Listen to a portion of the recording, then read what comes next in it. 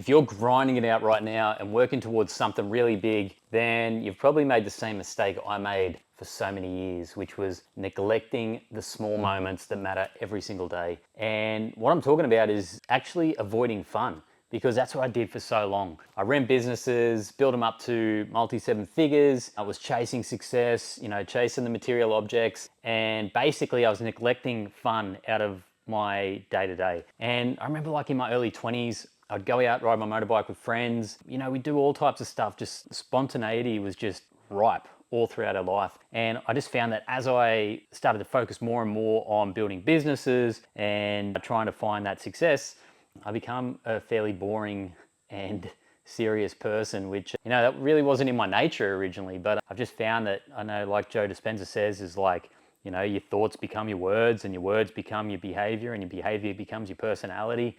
And basically that's kind of what happened to me, right? So went from being this like fun-loving 20-year-old to this really serious 35-year-old. So about 5 years ago, my life kind of got flipped upside down. So COVID come along, I had to wind up a couple of businesses which were doing multi-seven figures. My long-term relationship fell over, that dissipated, had to sell off some investment properties. And basically over kind of an 18-month period, my life kind of went downwards. And anyway, long story short, it kind of forced me into this period of introspection and reflection. And I tried everything, right? I did psychedelics, I did breath work, journaling, goal setting, went deep as down the YouTube rabbit hole around how to, have better relationships and how to, basically become a better version of myself. And I can happily say that 2025 for me was a big year, because it was the first year that I really felt like I was living version 2.0 of myself. And it did take quite a while to get there. It wasn't like a smooth, path. It wasn't just like do this course or watch this video or do this practice and all of a sudden you're this better version of yourself. It was a long, painful process for me. But yeah, I would do it all again, because where I'm at right now is in a good space. And I suppose the biggest kind of takeaway for me has been I'm starting to appreciate the small things again. So I'm really looking for those fun little moments in my life that I can start to stack to ultimately give me a better life overall. And I remember reading this book called The Power of Moments, and the concept was really, really simple, right? It was all about peaks and troughs in our life. And what I'm talking about is these really emotionally charged moments that happen to us. So whether that's a good moment or a bad moment, right? So a good experience or a bad experience. And ultimately, these experiences stack over time, and it basically skews our perception of our life, right? Because what we remember is these emotionally charged experiences. We don't remember the minutiae of the day-to-day life that happens to us. We forget a lot of that. We forget about our routines. We forget about the things that we do on autopilot all day. But what we do remember are these really emotionally charged experiences that happen to us. So for me, 2026 is all about how do I have more of these positive, emotionally charged experiences? Because as they start to stack, they compound over time, and ultimately that is going to skew my perception of life being more in the positive sector as opposed to the negative sector.